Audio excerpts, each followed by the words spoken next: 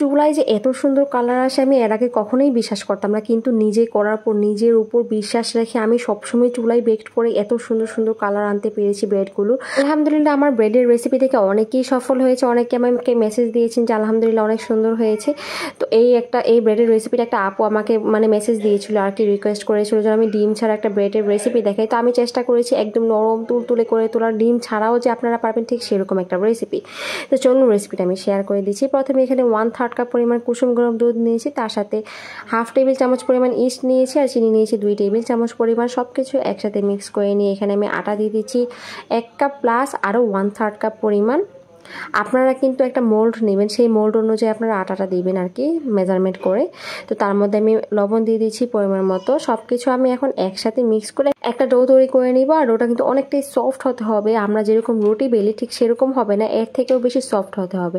তা আমার মনে হয়েছে একটু দুধ কম লেগেছে, একটু আমার কাছে 18টা কম লেগেছে আর কি নরমটা। তো আমি আর একটু দুধ দিয়েছিলাম। তারপরে এখানে আমি 1 টেবিল চামচ পরিমাণ রান্নার তেল দিয়ে দিয়েছি। এখানে মোট আমি 2 টেবিল চামচ পরিমাণ রান্নার তেল দিব, আরও 1 টেবিল চামচ পরিমাণ আমি পরে দিব। প্রথমে আমি একটু মথে নিচ্ছি, এভাবে করে আমি 1 টেবিল চামচ পরিমাণ দিয়ে 2 মিনিট মথে নিয়েছি। তারপর আমি আবারও 1 টেবিল চামচ পরিমাণ দিয়ে আরও 2 মিনিট মথে নিয়েছি। মোট এভাবে 5 মিনিট করে মথে নিয়েছিলাম আর কি। তো এটা যতটা বেশি মথবেন ততটা বেশি সফট হবে, এটা আপনারা অবশ্যই লক্ষ্য করবেন। আর উপরে যতটুকু স্মুথ হবে, ঠিক এরকম স্মুথ হলে তখন আপনারা মথার প্রয়োজন নেই। আমি ঠিক 5 মিনিটের মতো মথে নিয়েছিলাম। তো এখন এটা ঢাকনা দিয়ে ঢেকে আমি একটা গরম জায়গায় রেস্টে রেখে দিব প্রায় 40 মিনিটের মতো।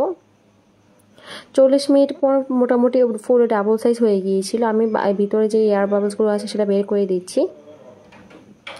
এখন একটা রুটি বেলার উপর নিয়ে নিয়েছি, একটু সামান্য পরিমাণ আটা দিয়ে আমি একটু উপরটা স্মুথ করে দিচ্ছি। আর এখান থেকে আমি 3টা ভাগ করে নিচ্ছি।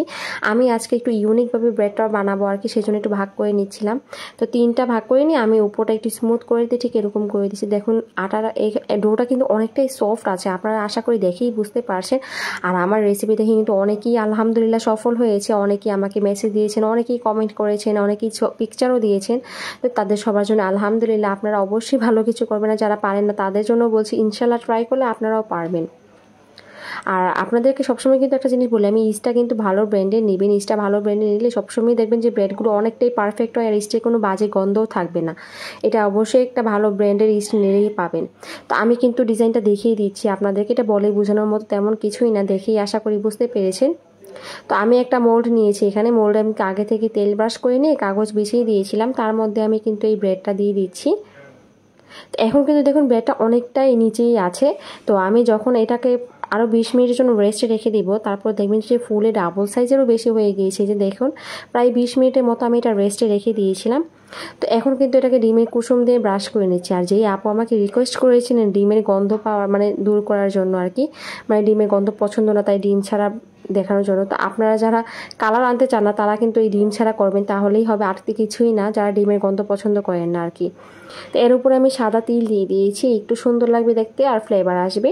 এখন এটাকে বেক করা পালা। আগে থেকে আমি চুলায় কিন্তু নিচে কাগজ বিছিয়ে দিয়ে প্রিহিট করে রেখেছিলাম 5 মিনিট। সুন্দর কালার আনতে কিন্তু অবশ্যই চুলায় কাগজ বিছাতে হবে। আর চুলার হিটটা মিডিয়াম টু লো হিটে রাখি, লো থেকে একটু বেশি রেখে আপনি এটা প্রায় 25 থেকে 30 মিনিট বেক করতে হবে। আর অবশ্যই কিন্তু একটা স্টিলের যদি আপনি কোনো আপনি ধরেন কোনো সসপ্যান টাইপের কোনো কিছুতে যদি ব্যবহার করেন তাহলে কিন্তু কালারটা খুব সুন্দর আসে, এটা অবশ্যই ফলো করবেন।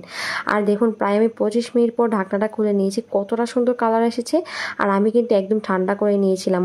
কতটা সফট হয়েছে আশা করি আপনারা দেখেই বুঝতে পারছেন। এরকম সফট একটা পাউরুটি যদি বাসায় তৈরি করে নেওয়া যায় তাহলে কিন্তু আর বাইরে যেতে হয় না। যাই হোক আজকের রেসিপিটা এই পর্যন্তই, কেমন লেগেছে অবশ্যই কমেন্টে জানাবেন।